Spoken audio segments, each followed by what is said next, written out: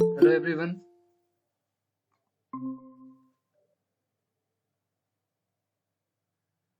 Um, Hello everyone. I'm Vivek. Today I will be discussing on previous year questions of this course. So as you all have gone through the first 2 weeks of this course, so I will be dealing with the verbal assignment and the visual one of the previous year course which has been conducted. So going through this course, uh, you will understand how to solve those questions and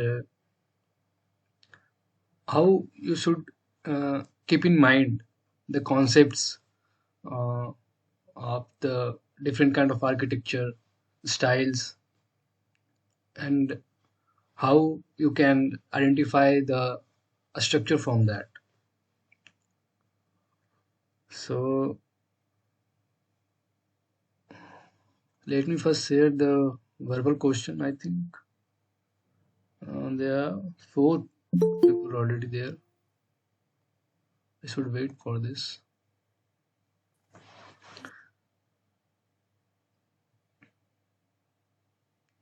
Am I audible to you all?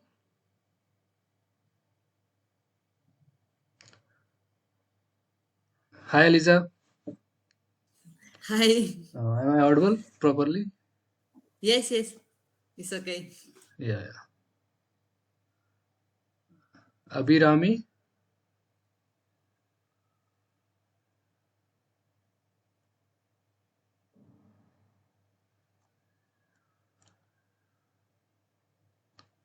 And Devavratan. Yes, sir. Yeah, am I audible properly?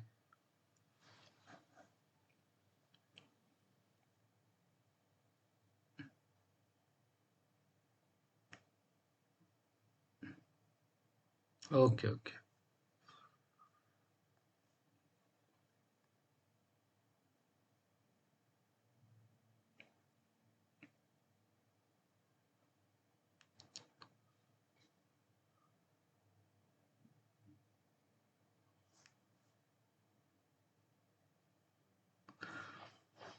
So I think I should start now. So let's. Oh, people are already coming. I'll wait for a few more minutes and then I'll start. Is it okay with all?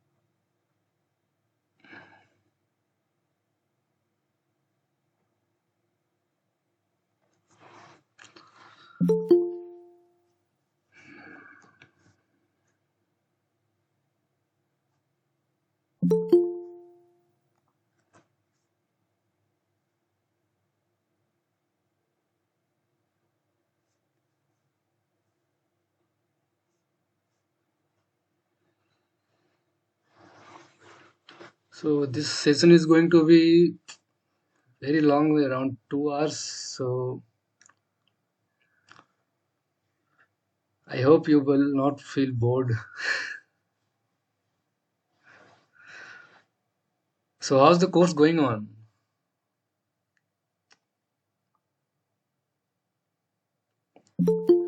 Can anyone share their experience first?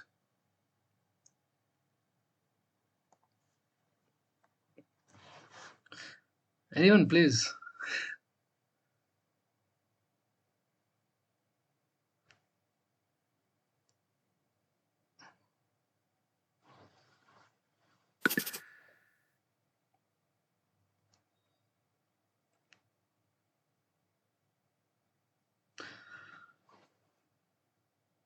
I should introduce myself again, I think. So I am Vivek. I am from IIT Roorkee, Indian Institute of Technology, Roorkee. Presently, I am in my hostel room in Roorkee only. So I have been allotted TA work for this course. Actually, I selected this course for my TA responsibilities toward my PMRF course.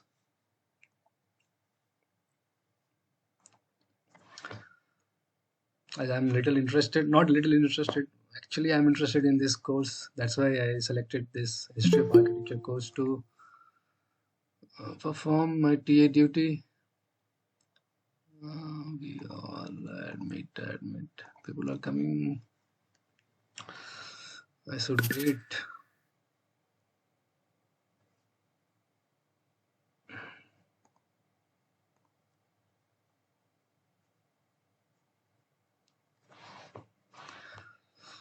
Okay, let's start then. People will keep coming in between. So let's go. Oh my god. So let's go to the first assignment of last year.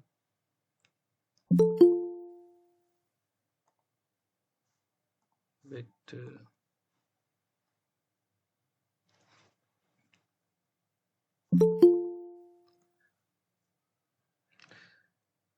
6 or 7 right now. I think I'll wait for 3 more minutes and then I'll start.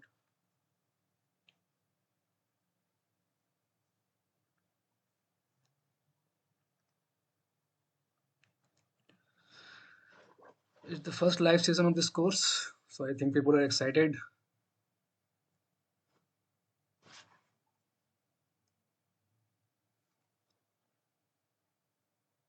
So any one of you can just summarize what they have learned in all these weeks. I think 3 week course are over now. So can anyone just a few minutes in 1 minute, can anyone summarize this thing? What they have learned in the course? See, this will be an interactive session. It's not like I will be lecturing something and you will be just listening. You also have to clear your doubts.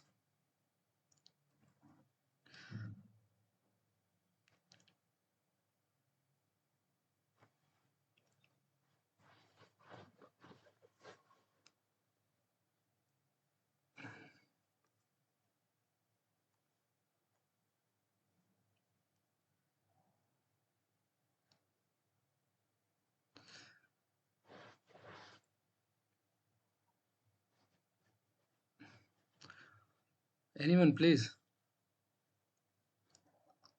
Eliza, you only tell what we learned in week 1. Eliza, Anuradha, Praveen, Devabratan, Jaxo, James, Viru,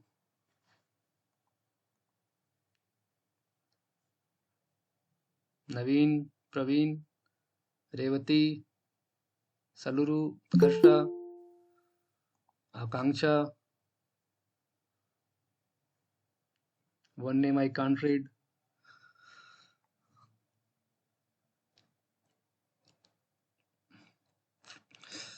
I think I have to start Uh, myself only. Anyway, uh, someone was saying something. yes, Yeah, you yeah, Ellie. can. My English is no good. Then I every time wait for other people talking, Oh, and I understand what about are you asking. You can repeat the uh, question more slowly. yeah, yeah. Tell again. Your voice was not coming properly. What? Should I repeat something? I well, I have no, difficult to found another example for the same examples in the video. This in the end of the video, the teacher said you can find another example about the same Okay. topic. Okay. But Style. yes, but here I can access to more books, and I don't know how to find the See, same topics. the specialty of Indian temple architecture. You are saying about the styles of temple architecture, right? So Yes, yes. the basic specialty of Indian architecture is that you cannot specifically segregate different styles. Like in us, if you say that temple is a temple has a Kalinga style of architecture. So in Kalinga also there are many variations. Like it won't be like a prescription or like a formula that will be applied to every temple or every building of that type. So you just have to keep in mind the basic features of that style. Like uh, like in Bhumiza or Shikhra, they have a basic feature which past historians and archaeologists have defined. So you just have to keep that basic feature in mind and then look for those features in these buildings. In that way, you can identify different examples of that style. There can be variation. There are temples also in which you will find two, three styles for different buildings. I will be discussing on that in this assignment. In previous assignment, there are questions like that, so I will be discussing on that. Okay, thank you. And another question is in the final exam. If I want to do the questions are similar to the assignment. It can be similar or little different. Yes, That but the yeah, that I can't say much because I don't know about the what kind of questions they will give. So, but it will be on similar line only. similar modality. I is the same modality. Yeah, yeah, Okay, good. yeah, Thank you. yeah. So let's start. Okay. I have to admit people in between. So the screen is visible, I think. Anyone, please confirm Yes, it. yes, yes. So this is the verbal assignment for week one for the previous year course. In this course, in this year's course, you have to submit by 8th, I think. No, am I right? By 8th February, you have to submit the first assignment, first week assignment. Yes, yes. Okay. So what you can see here, Can you familiarize this type of question? Have you gone through this question during this assignment phase, in this week's assignment? Can anyone say?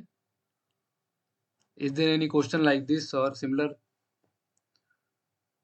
Yes. No. Anyone?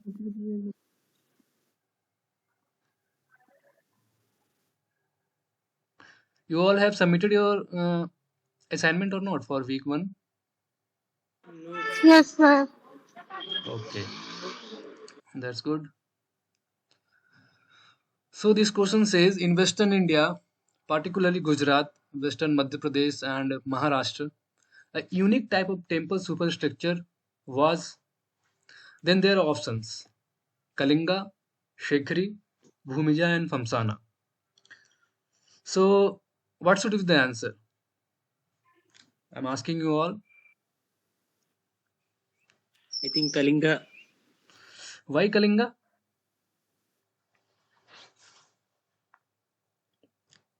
No, sir. Hello, sir. Yeah. Yeah. Bhumi. Sir, Bhumija. Why Bhumija? It's a combination of, sir, two different types, sir. So there are few styles in this slide. You can see. Let me.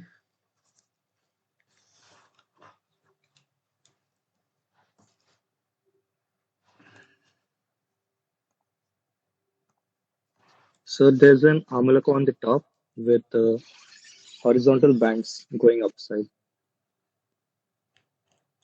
Horizontal bands. Yes. Okay. This picture you can see in the left. This. Can you see the pencil? Yes. Okay. Yes. So what style is this?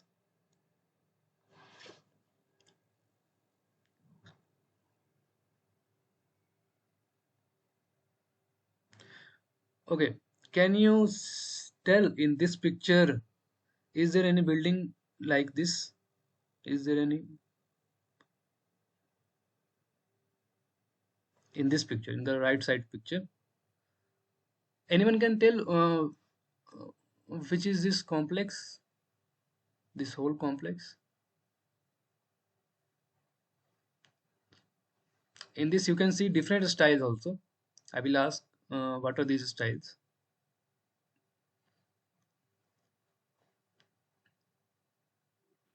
Yes, sir. Anyone please?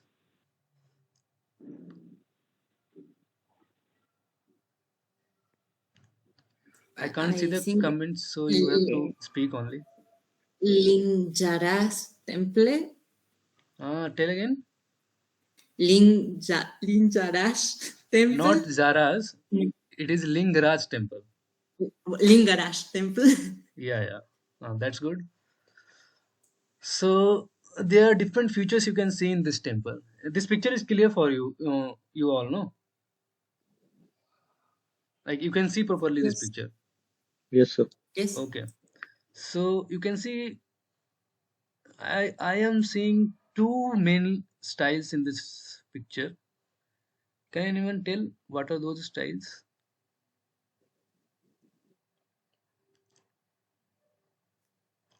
See, the question is just a medium for discussion. Whatever be the right answer, that will be. But we have to see what are these all four types and how to identify them.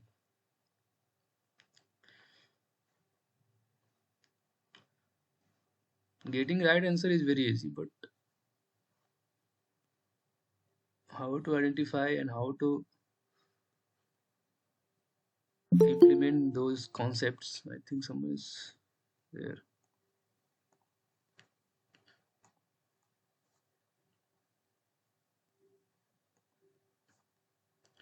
So anyone tell please this structure, what style it is?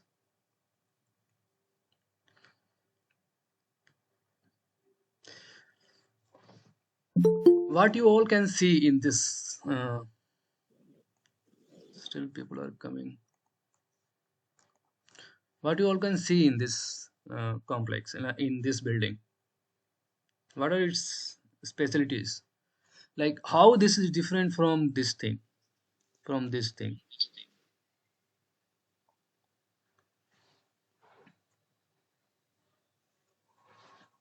And then this type, these types. Good evening, sir. Yeah, good evening.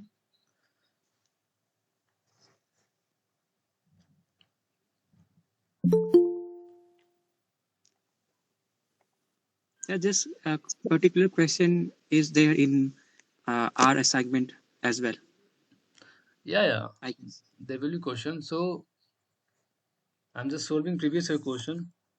That's good. You It is identified this. also there in this year's assignment, I guess. Yeah. That's good. That's good for you all. That I am discussing before the submission date. Submission is on 8th, I think. No. Yes, Yes, sir. sir. Yes, sir. The deadline is at midnight of 8th. Okay. So it will be helpful only. So the complex comprises of majorly the broad category, that's Latina and the Cutina style. But the one which you have marked on the left hand side is basically, which I guess is, jo Latina ka the two categories are there, which is Shekri style. Sorry, Shekri and Bhumija style. So the Bhumija style is more of less of a multiple डोम्स variety उसमें कम होते हैं और भूमिजा में main आपका elliptical form होता है, लेस कॉम्प्लेक्स होता है, ऊपर में आपका अम्लखा होता है जो मोर बड़ा साइज में होता है. So what I can assume is the one which you have marked on the left hand side is the Bhumija category of a superstructure. If I'm right, please let me know. Okay. So first, do you understand what is Latina? Literal meaning of Latina. So it is one of the two major superstructures. No. I am just asking the literal meaning of Latina. Latina, how this word comes, from where this word came. Sir Latika, that is Yeah. What veins. is Latika then? Veins, those tree. Yeah. Vertical So lines is yeah, Latina comes from a word called Lata. In Hindi, Lata. In Sanskrit also. So Lata is basically a creeper kind of thing. So creepers are, what is the special feature of creepers? They go vertically up or down, Yes, sir. whatever. So in Latina style, what you will see, there will be elements which will be going always from bottom to top like this. Okay. And then on the top there will be Amalaka. So in Latina there are different styles. Anyone can tell what are those styles?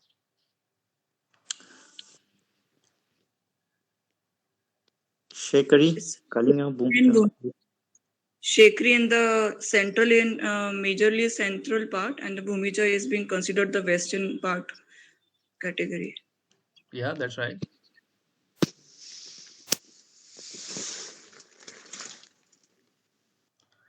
See, one critical thing is here that you cannot segregate styles of temple architecture. Like you cannot fixedly say that these are the two styles or these are the two broad style. They are different styles. Actually, uh, Adam Hardy is a author. You should go through that book. I will just show you that book. Mm, can you see this book?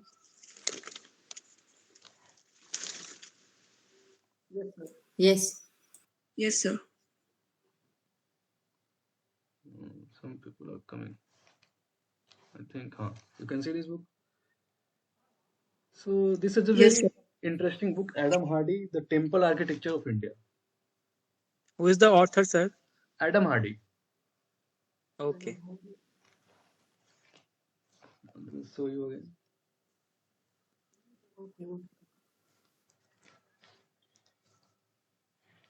So his way of presenting the structures of temple, basically how temples had been structured, how different elements have been put together. He has presented it very nicely. You can find it it's online PDF also in Internet Archive, I think. I have not checked. So he has also said that in Indian temple architecture, you cannot specifically say this. Yes, these are the two broader styles, and under these there are different styles.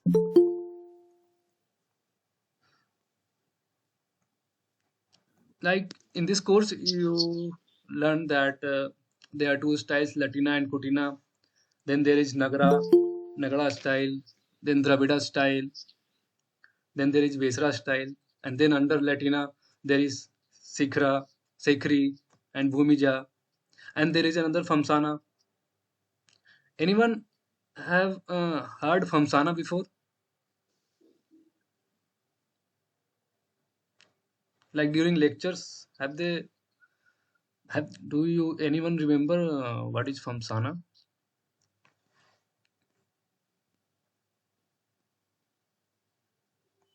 No, sir. Okay. So see, it's right that in Western India, the style is basically Bhumija. Okay. So here I will be discussing all these four styles like Kalinga, Sekri, Bhumija, and Famsana. So this thing in the left side, you can see this is a Kalinga style of architecture, and this in the right side, you can see this is called Famsana. So Famsana basically are horizontal bands which is tapering towards top. So mainly Famsana style was used for mandapas only, and mainly in North Indian temples. You all understand this?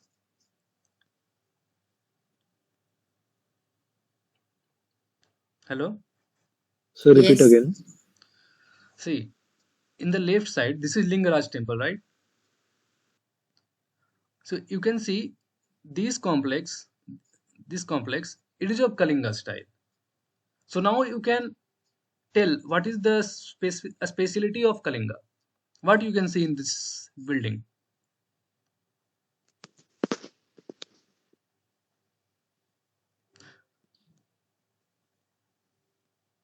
The main segregation is in terms of vertical lines.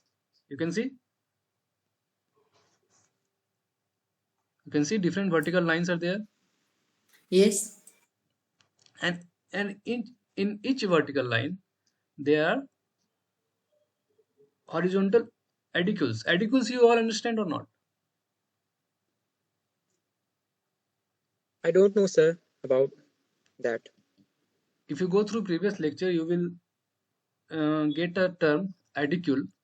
Yes, sir. Yes, sir. The article are the two categories, Kutta and the Shula. Yeah, Kutta and Sila. So Yeah. what is that? Edicule is the very basic thing of temple architecture in India. So can anyone tell what is this edicule?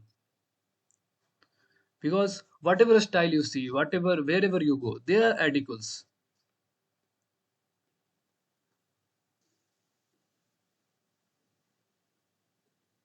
So articles are basically, as per the lecture, is like two categories. There's a square form. There is one square one and there is a longitudinal one. The square one, which has a hut on the top, is like one module, Yeah. which is a square base and uske upar hut hai. That is one module, and the other is longitudinal, which is like one axis, like y-axis, let's say, is a bit longer than the x-axis. And similarly, it has also a hut format. And these two modules are termed as edicules, and they are being placed in the alternate series in the entire Sikh superstructure section of South Indian temples. No, not only South Indian temples. Okay. Edicule is the most basic thing of a temple. So what is the main purpose of edicule? Why in those times they used to build edicule? Why it became the most basic unit of a temple, you can say.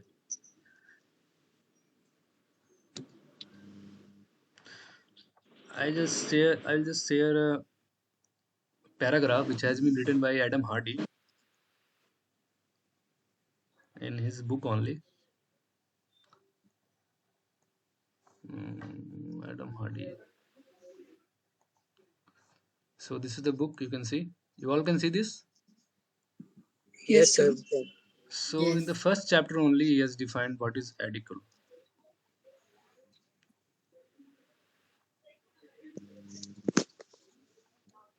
Sir Yeah.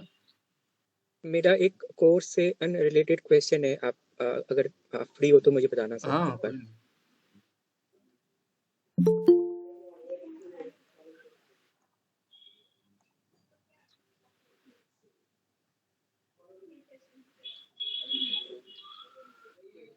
कोई नहीं.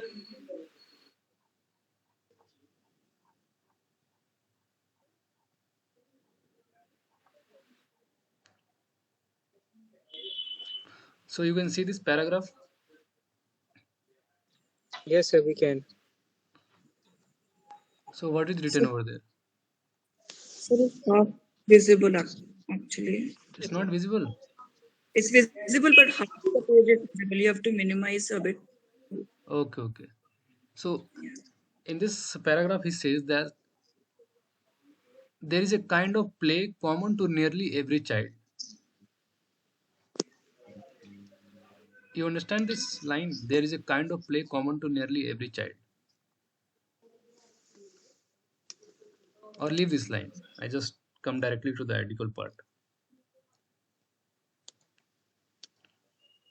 Edicule, from the Latin edicula, means little building. What it is? Little building. Little building. And the term is applied both to a miniature shrine and to a representation of a shrine in architectural ornament. So now you can tell what is the purpose of this edicule. What it is? A miniature shrine. So why someone build a shrine? What is the purpose of shrine?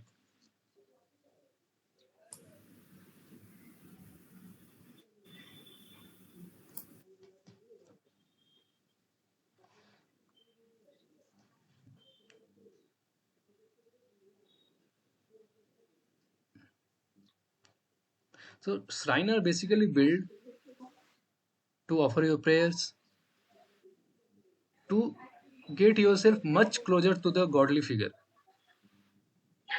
Am I right? Yes, sir. Anyone? Yes, sir. So whenever you go to a temple, before entering the temple, when you look at the outer facade of that temple, what you will first look? The edifices. Am I right? Yes, sir. So before entering the temple only, you will feel the sense of connection with the God. So that was the purpose of edifices. So these basic unit of these temples, they 1 minute.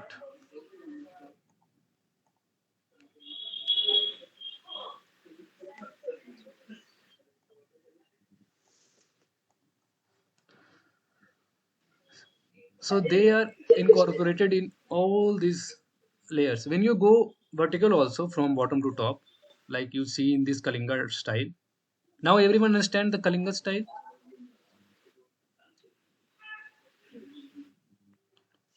Like there will be vertical separation like a creeper. Okay. And then there will be horizontal level of edifices. throughout the vertical line.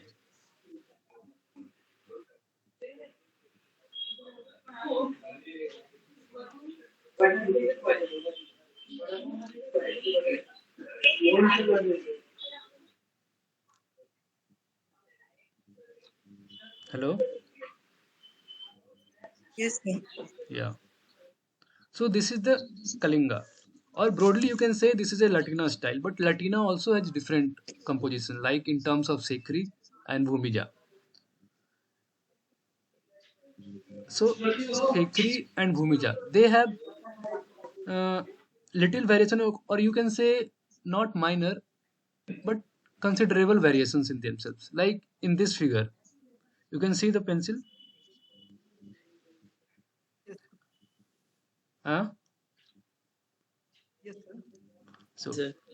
so in Sekri, you will see there is a central column like a structure which is going from bottom to top. Okay, and there are different smaller sikhras which are concentrated more in the bottom. Then they are going vertically up, less concentration. Then they are going vertically up, more less concentration. In this figure, you can see in the bottom part they are concentrated more. You can see this. Yes, sir. So because of composition, here the adicules are in terms of sikhras. You understand? The main elements are in terms of sikhras. So they have played with sikhras in this style. In the bottom part, they have incorporated more sikhras. In that way, they go up little less sikhras. Then they go up little less sikhras. I'll just show you the a structural analysis of this Sekri style by Adam Hardy.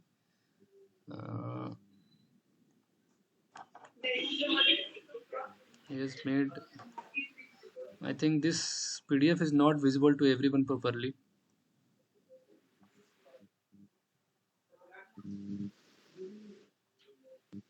See, this figure you can see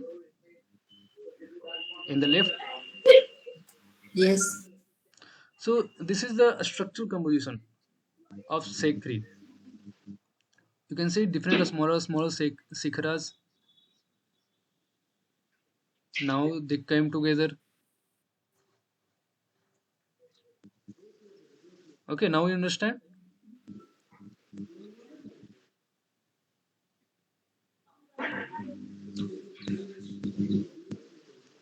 So now everyone understand what is Sekri. Yes. Anyone any confusion regarding this? Hello.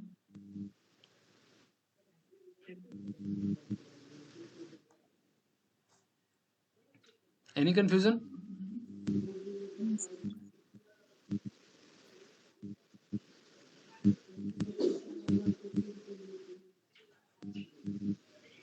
Okay. I think now everyone understand now what is Sekri. So now, can anyone tell if this is Sekri, how it is, how Bhumija is different from Sekri? You can see the picture, but can you explain how Bhumija is different? Like what different thing you can see in Bhumija?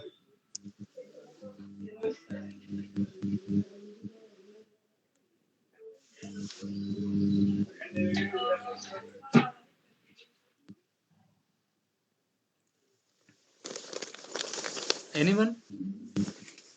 So if we see the Shekri and Bhumija's elevation, we'll be able to see the elevation of Shekri having multiple, as you said, multiple small projections and coming to the top with the bigger one and No. Amlaka. These are not just projections. Projections can be of different types, but in Sekri the projections are in terms of sikhras. Am I right? Whereas in Bhumija, we won't be having multiple. It is all aligned in a same vertical axis Yeah, in an elliptic axis. Yeah. the basic unit, they are aligned in terms of creepers throughout. Yeah. Yes. Sir. So there are different phases also. in Sikri, you cannot segregate faces of the temple, of the Garbhagriha. Everyone understand Garbhagriha and Mandapa? What is Mandapa and Garbhagriha? Yes, sir. I have a figure. You all can see this in the next slide. I'll show you. So, Bhumija, now everyone understand what is the style of Bhumija? How you can segregate a Bhumija style from Sikri style or from Kalinga style, or you say Latina style. Better to say Latina as a combination of all this Kalinga, Sikri and Bhumija. Latina is not a single only style. It comprises of Sikri also, Bhumija also. So wherever there is a composition in terms of Lata or Creeper, if you see, that you can term as Latina. Actually, Adam Hardy also termed this thing as language of temple architecture.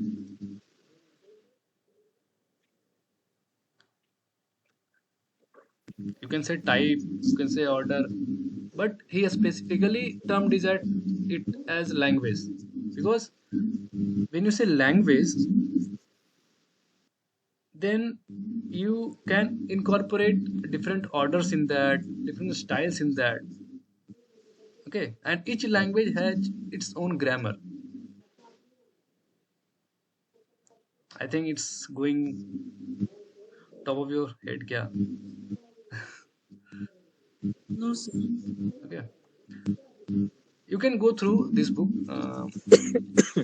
The Temple Architecture of India by Adam Hardy. It's a very good book.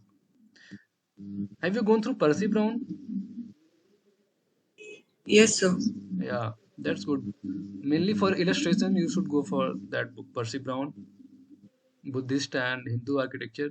And when you will be attending that Mughal architecture and all, there is Islamic architecture book also by Percy Brown. I think you all know this.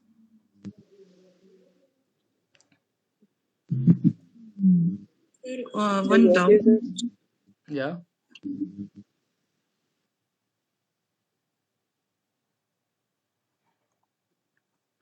Sir, can I Sir, ask something? yeah, please.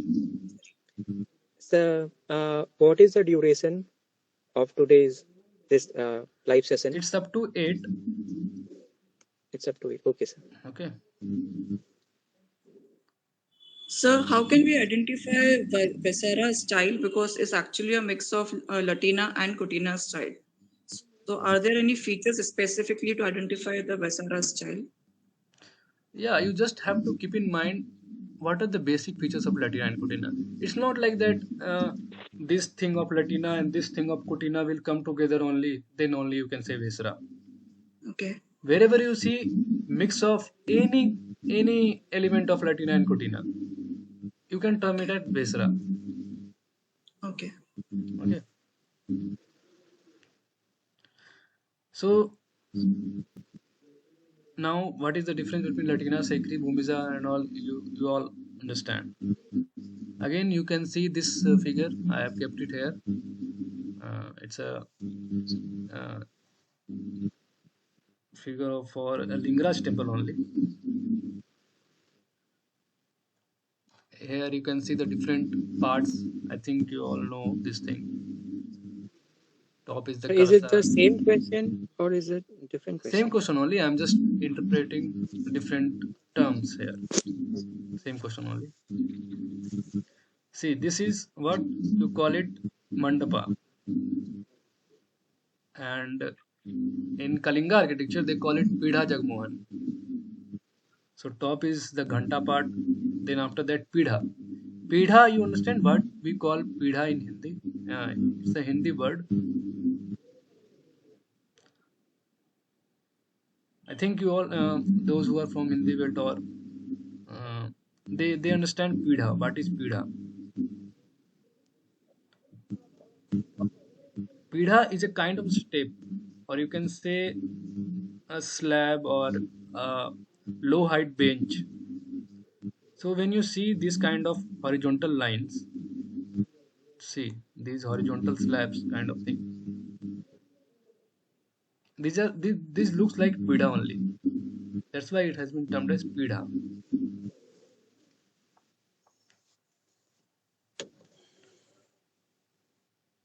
Okay. So now let's see. This is the Sikri style.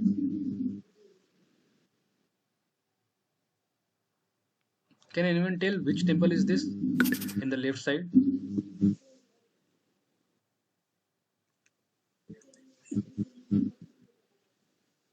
Sir, is it Kanderiya? In the left side.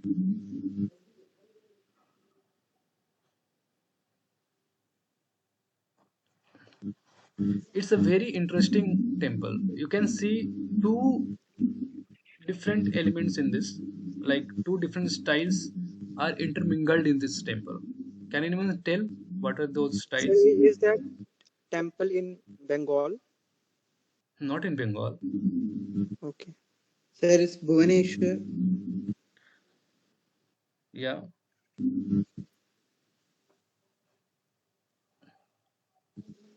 See, when you understand the style of a temple, then you can tell in what region that style can be. Am I right? Like if you see any Bhumija style, so they are mainly concentrated in what part of India? Like in this question, it's already clear. Am I right? Yes. So this temple is Rajarani temple. So what are the elements you can see in this temple?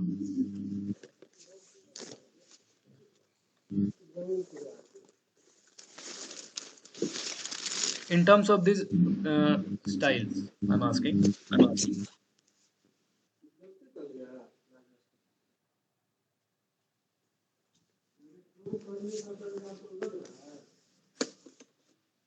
Anyone, please tell.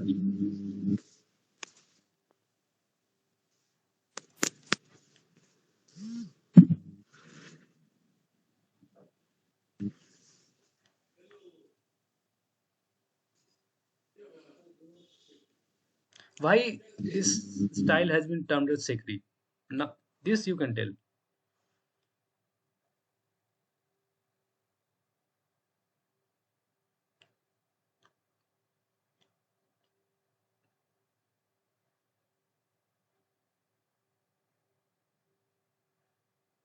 Anyone, please.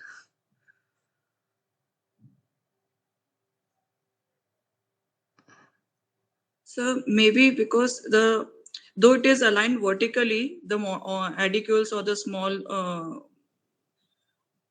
uh, structures which is being defined on the Shikharas. temple. Yeah, but it is also the one of the feature of Bhumija is also that those structures are kept horizontal axis mein.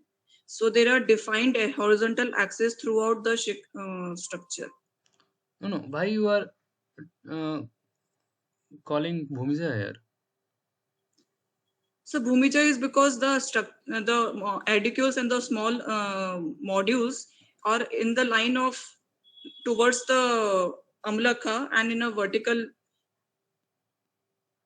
elliptical shape maybe, and also defined in a horizontal axis the modules. See, one important thing of Bhumija is that whenever you see Bhumija temples,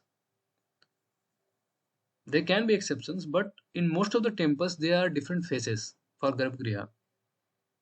Okay. Here you cannot see faces. Hmm. Here Yeah, there are projections. Am I right? yes, sir. So when you see from front, few columns, like few rows, few vertical elements are like Kalinga style. Yes, sir. But in between there are separations. In Kalinga you will see uh, throughout it's in same form. Yes, sir. right?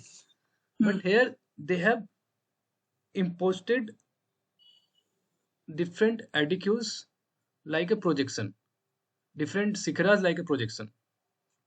So it has become a mix. Correct. Yes, sir. But what is what you can see broadly is the Sikhara style. That's why it has been termed as Sikri. Yes. What is more prominent is the Sikharas which are being projected outwards. Am I right? Yes, sir. Okay. So in the right picture, in the right image, right picture, this is obvious. There is no doubt that this is a Shakri style. Yes, sir. Yes, sir. Like in the Garbhagriha, you can see in the main tower, right from the bottom, not the bottom of the building, right from the bottom of the uh, roof, you can say, the cornice. These different sikharas are being concentrated more in the bottom than going upwards with less concentration and all. So there is no doubt that this is a Sikri style. So which temple is this?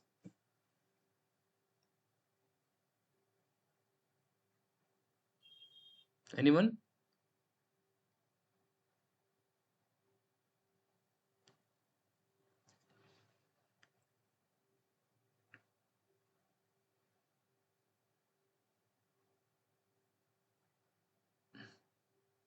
Guess, just guess. Whatever comes to your mind, just tell. Please. So is it Kandariya Mahadev temple? Okay, that's one option. Other options?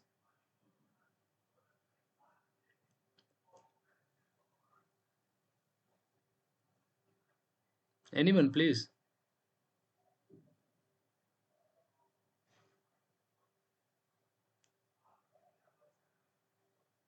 Nothing is coming in your mind, kya? Like, just guess. There is no need to be more vocal, yaar.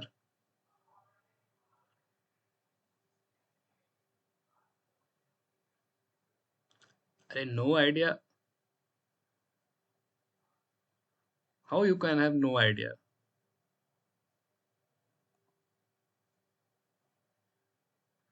Whatever comes to your mind, just tell.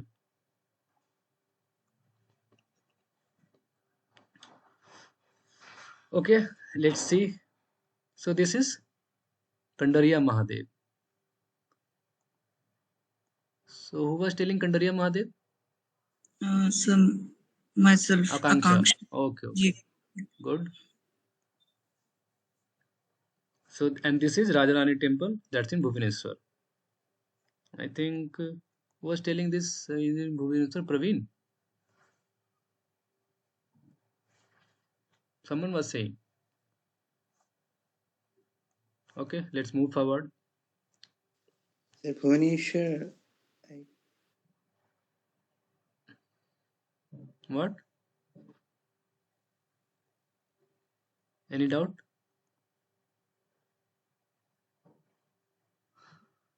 Okay.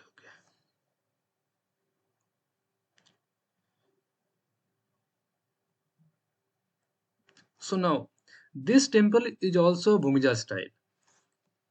Now, you people tell me why this is Bhumija.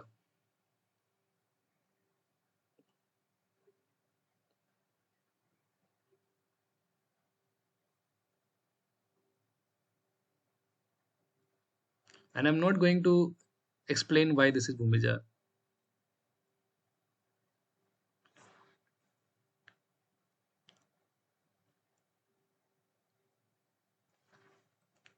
Any guess? See, that is the beauty of temple architecture in India. It's not like a fixed grammar or fixed prescription that you follow and you make that temple. It is an expression of people of different era, different dynasties, different locations. Just for the sake of studying, these historians and archaeologists have termed different names. They have segregated so that it can be easy to understand them or segregate them or make a book out of it or whatever. People have not built temples just to follow those prescription and all. It was their expression for the love of that deity or the love for the king or the queen or whatever manifestation of love or um, idol worship or uh, connection to the god or whatever you say, Advaitwad, Dvaitwad, all these temples are manifestation of these philosophies only.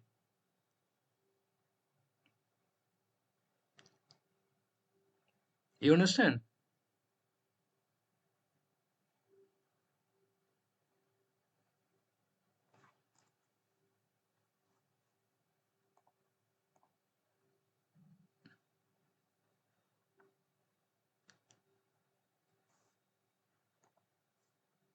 So anyone can tell why this is Bhumija.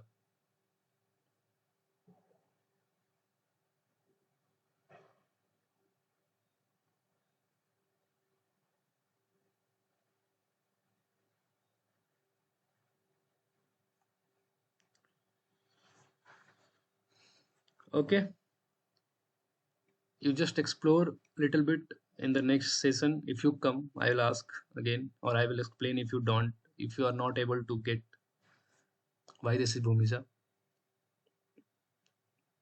So next, let's move to the next slide. As I have already explained the type why Bhumija or how it is, how you can identify Bhumija. You can see Nilkanteswar temple, Udaipur. It's a very typical example of Bhumija. In this picture, you can tell why this has been termed as Bhumija. Anyone, please explain just in a few, in a minute only. Just anyone, please. No one is here, kya?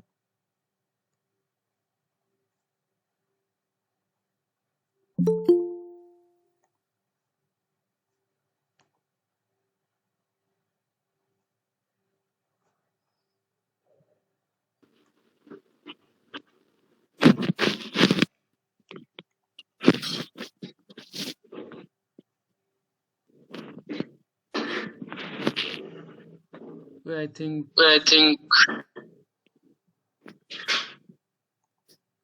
Hello.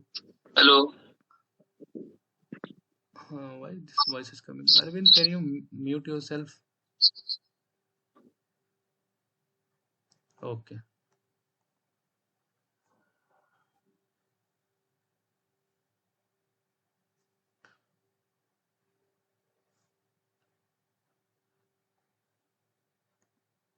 So let's move forward. Now this is the second question. The two schools of sculpture that the Kusanas patronized are, the options are Gandharan art and Mathura art. Second is Sanchi reliefs and Bharhut relief. Third is Mauryan columns. Then Toranas, gateways, and stupa railings. So, can anyone answer this? Sir, is Gandharan art and Mathura art? Okay. How you can say Gandharan art and Mathura art? Where is Gandhar?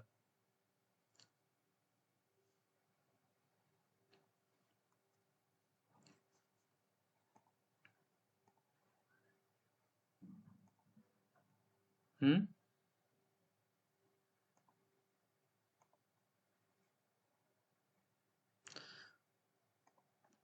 I'm just posting another link in 1 hour. I think this link will expire, so you can join through that link.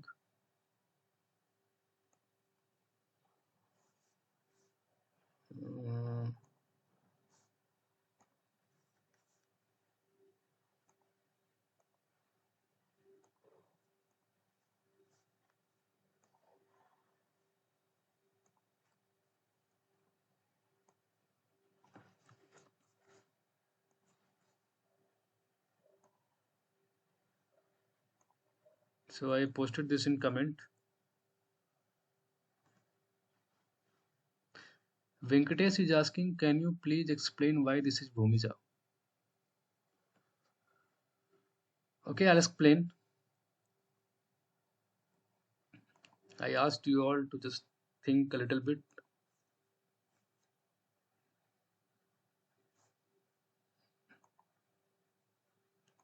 So first, tell me, what is Gandhar? Where is Gandhar? Sir, currently somewhere down in Afghanistan or Pakistan, not exactly sure of it.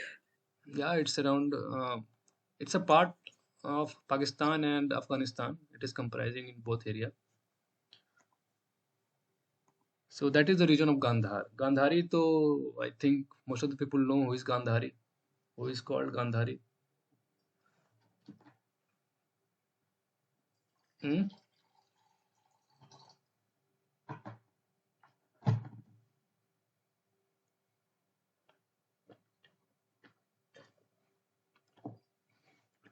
So who were the Kusanas? When did they came to India? In which part they came?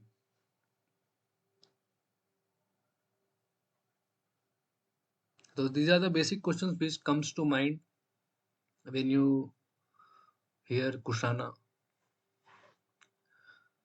So Kushanas, they came to India around 30th century AD, CE, Common Era,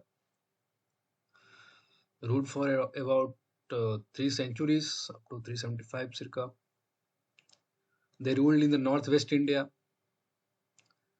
Uh, Mainly they favored Hindu religion also and Buddhism also. Later they patronized Buddhism. So they established themselves in Gandhar. That was the region. They slowly spread along the Gangetic basin unto Mathura. That is in which part of UP? Can anyone say? Tell. East, west, central. Which part?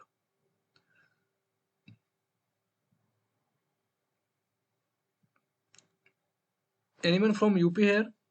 Uttar Pradesh?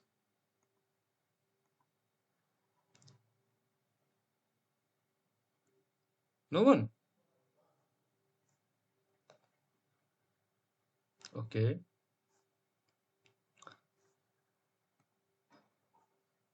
So Mathura is in west part of UP. So in these pictures you can see. What are these pictures showing? What is the main element of these pictures? Anyone please tell? So iconic representation of the deities, like the ideal figure came out in this time. So we can see Buddha, and in the center and all around the Buddha are different, probably the different deities worshipping Buddha and the storyline related to Buddha. Yeah, that's So correct. basically, iconic representation started up in this time Yeah, period. yeah, that's correct. So you can see mainly Buddha's statue, Buddha's representation.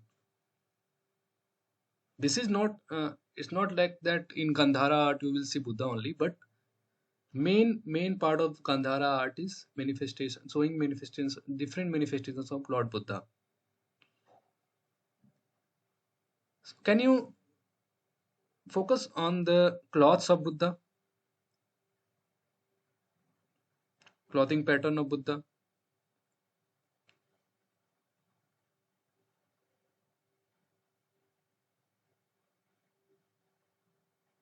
Is there any ornamentation in this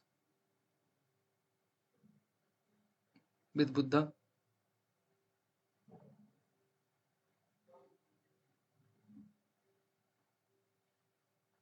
Is there?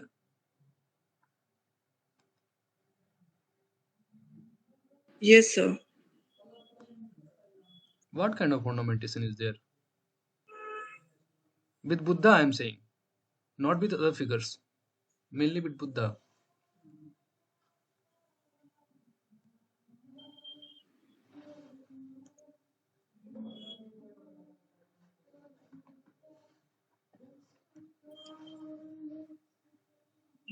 A bit of Greek style of attire is being,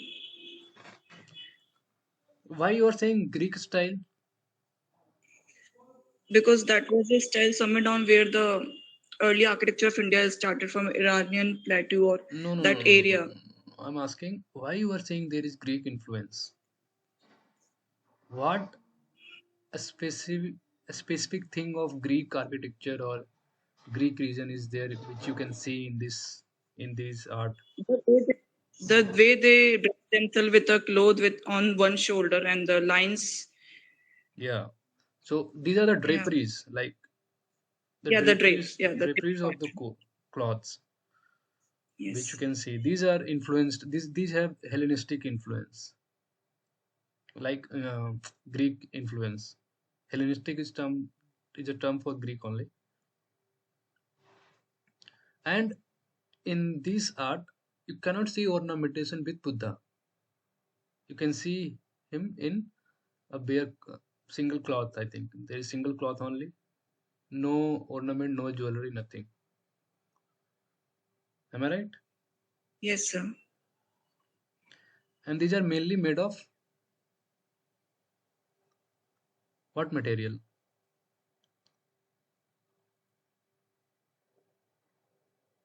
It's sandstone also, different kind of stones also. So it's not fixed that what will be the material. It can be metal also. Now let's move to,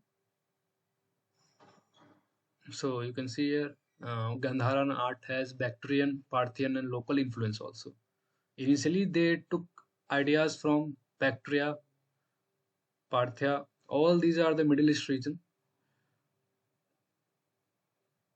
Okay, uh, comprising some part of Greece, Macedonia and all.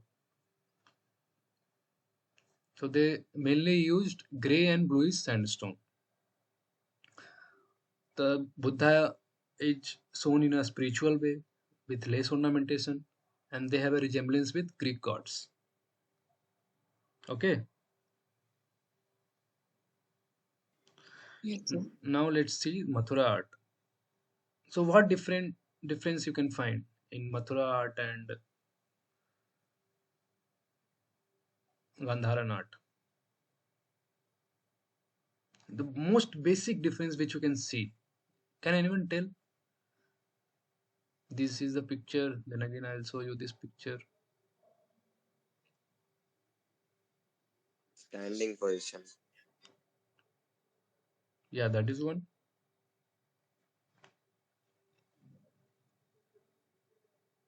It's more of an individualistic figure rather than of the Gandharan was more of like putting up a whole mythological canvas in the format of a canvas. Like there is Buddha and the other deities showcasing one of the scenery of a mythological story, whereas this is more individualistic and focusing just on Buddha as Yeah, an that can be individual. one. But in Mathura also there are figures. I have not put it here, but there are different art samples where you can see different uh, like different elements together with the main deity. But yeah, you can say the individualism is more prominent in this Mathura art. Other most, I think that is the most prominent you can see here thing.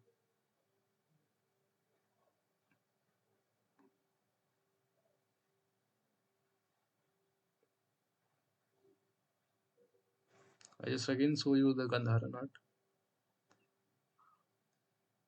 It has a touch of like Indian goddess, like the chakra at the back or the Yeah, that's also right. Yeah, chakra at the back. That is the basic difference. That is called halo. halogen, yeah, In which Hindi, is yeah, represented in the Indian god or goddesses yeah. while they're presented. In Hindu religion, you call it Abha Mandal, right? Yes, sir. That is halo. So in Mathura art, this halo is very prominent. Whereas in Gandhara art, somewhere only you can find this halo, and that is also not that much prominent. The ratio of that halo is much larger in Mathura art. And also Greek influence is very less in this art. It is inspired by both all these Hindu religion and Buddhism, Jainism, and all. And in Gandhara art, you will mainly find art concentrated on Buddha's spirituality. But in Mathura art, you will find Jainism also, yakshas also, yakshinis, deities for Saivite as well as Vaishnavite traditions. I hope you understand Saivite and Vaishnavite traditions. What are Yes, these? yes, sir. I think the first link is on working. I hope. I thought it will end after 1 hour now, but it's working, I think.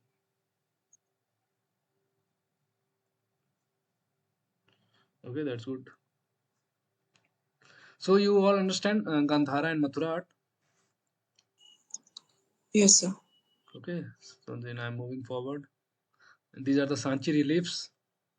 You can look for this more. Just ask Google, or better to refer a book. I just showed you this Adam Hardy book. That's a very good book. I'll just show you different illustrations for that. Sir, if possible, can you share the PDF of the book if you have with can you share the PDF of the book with Okay, us? I'll say that. Yeah, that will be really helpful. Thank you. Yeah.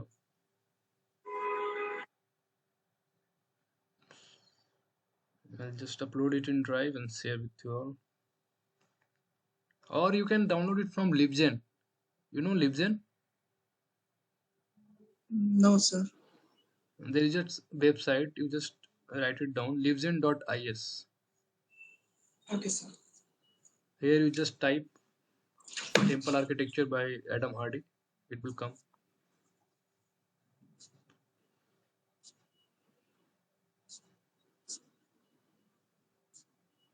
In some institute network, it won't work, I think. But if you have EduRoam, it will work. In IT Roorkee, it's not working. You cannot open libgen.is on institute network. Using your personal data, you can download this.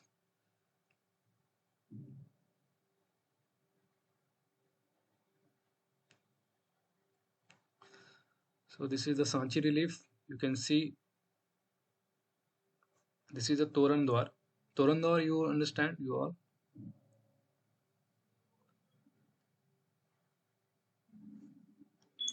Yes, sir. These are the different elements which has been elaborated on the Toran Dwar only. When you enter, you will see those elements. Now then you will understand what is the purpose of this building, why you are entering, and what is the message this building wants to give you. So wherever you go, either in Buddhist temples or Jain temples or Hindu temples, their main purpose is that only. Before entering the temple, they focus on your psychology. They try to make your psychology in coherence with the philosophy of that temple. Every temple has its philosophy. You agree with this or not? Yes, sir. Whatever temple is there, they have their philosophy. So at the entrance only they try to make you in coherence with that philosophy. So that's why they draw different figures, different illustrations, different reliefs. So there is a question: what is relief?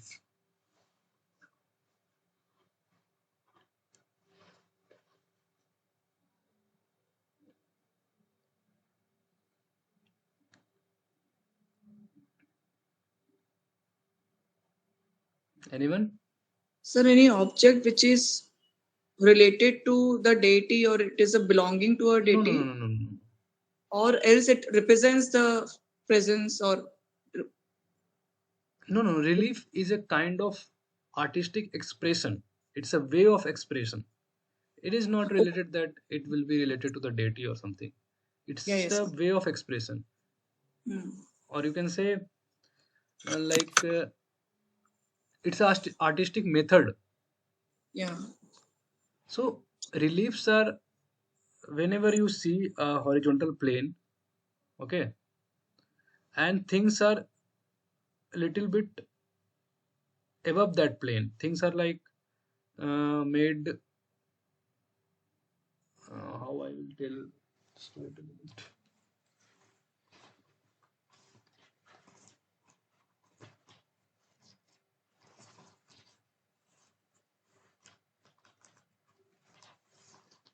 See, whatever the sculptures are made, okay, so those sculptures are bonded with the horizontal layer or the base layer. You understand? Yes, sir.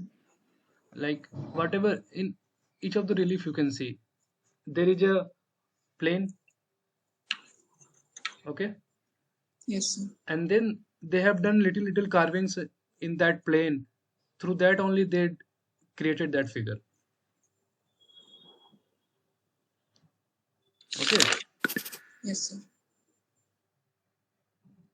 In this also, whatever relief you see, they are not in 3D form, right? You cannot say it three-dimensional. Can you say it three-dimensional? It's an engraved form, so it will be two-dimensional. It cannot be three-dimensional. Yeah, it's not also an engraving. Engraving is something when you dig out something and that depressed part is the Okay. form. That is what you told. Sir engraving है तो to dimensionally होगा, वो three dimensional नहीं होगा, ये बोला. Yeah. But engraving is something different. Here, engraving has been used to dug out the separating parts, not the actual figure part. You understand? Yes, sir. And then there is a word called motif. What is that?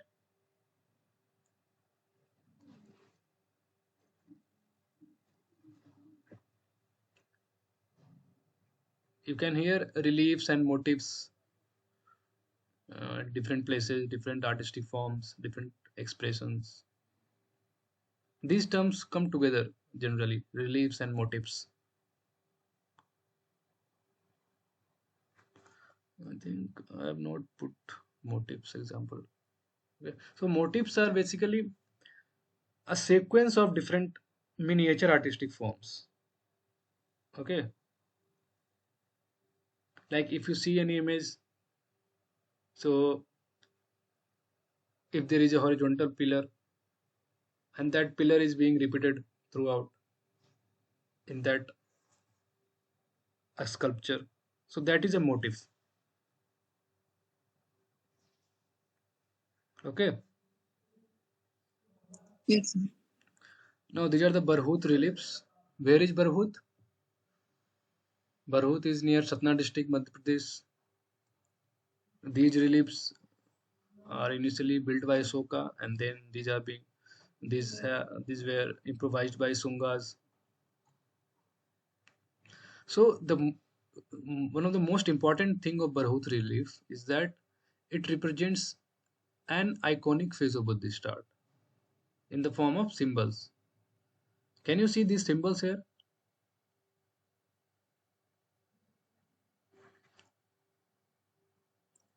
What are Yes, the sir. symbols which uh, represent Buddhism or Buddhist philosophy? Tell any three symbols which you can see. So for the one up corner at the right one, Yeah. because presentation of Buddhism, because center part is Sanchi Stupa. Sanchi. Yeah. So Yeah. it's Not Sanchi, it's a Sanchi is a stupa. stupa. You can say stupa only. Yeah, it's just a stupa, and around it the figures are there. So that stupa is a representation of. Yeah. and other symbols like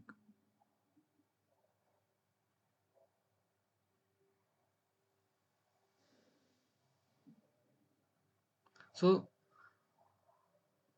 Can you tell what are the most earliest forms of Buddhist architecture?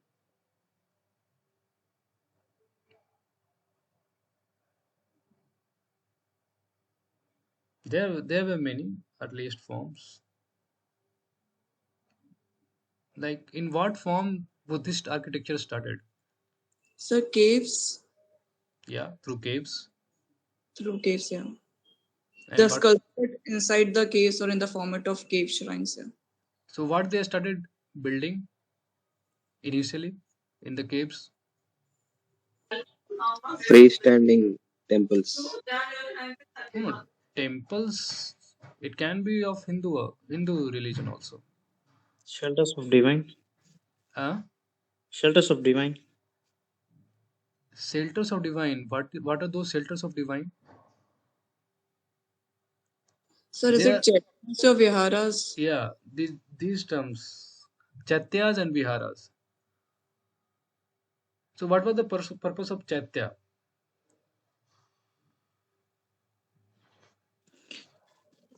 Where monks can reside and meditate, and then many people can halt there. And viharas? Mm,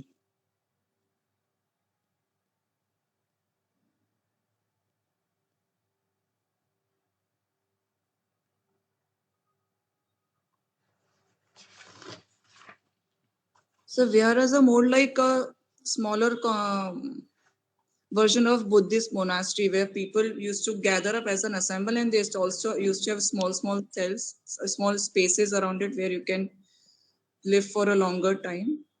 Yeah, the basic purpose of viharas was the staying. Yes, staying and assemble at the same Because time. Buddhist monk used to walk for a long duration. They just keep walking. So these rulers like Asoka, Chandragupta and all, they built different shelter spaces. In caves also, a later different buildings were made for their resting and all. So those resting spaces were termed as viharas. There is a state in India, Bihar, you all know. No, sir. Bihar? No one knows? Huh, sir. State name Bihar, yeah. Yeah. So why that name has been given to that state, Bihar? You know where this Buddhism originated? At which place?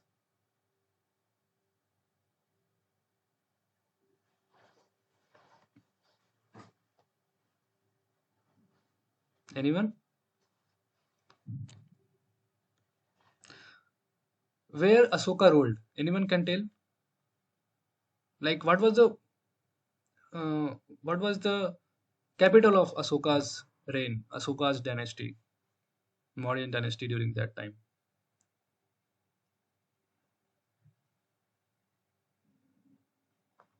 Anyone? Pataliputra you have heard?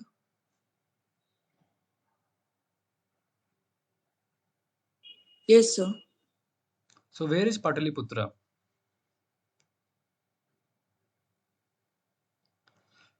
Pataliputra was the ancient name of capital of Bihar, Patna. Patna you all know? Yes, sir. So around that region in the South Bihar, south of Ganges, Ganges divide Bihar in two parts, north and south. So south of Ganges, so there was a large part called Pataliputra. That was the capital of Asoka. And Buddhism started from that region only. Nalanda you have heard? Yes, sir. Bodh Gaya. Yes, sir. So why Bodh Gaya is famous?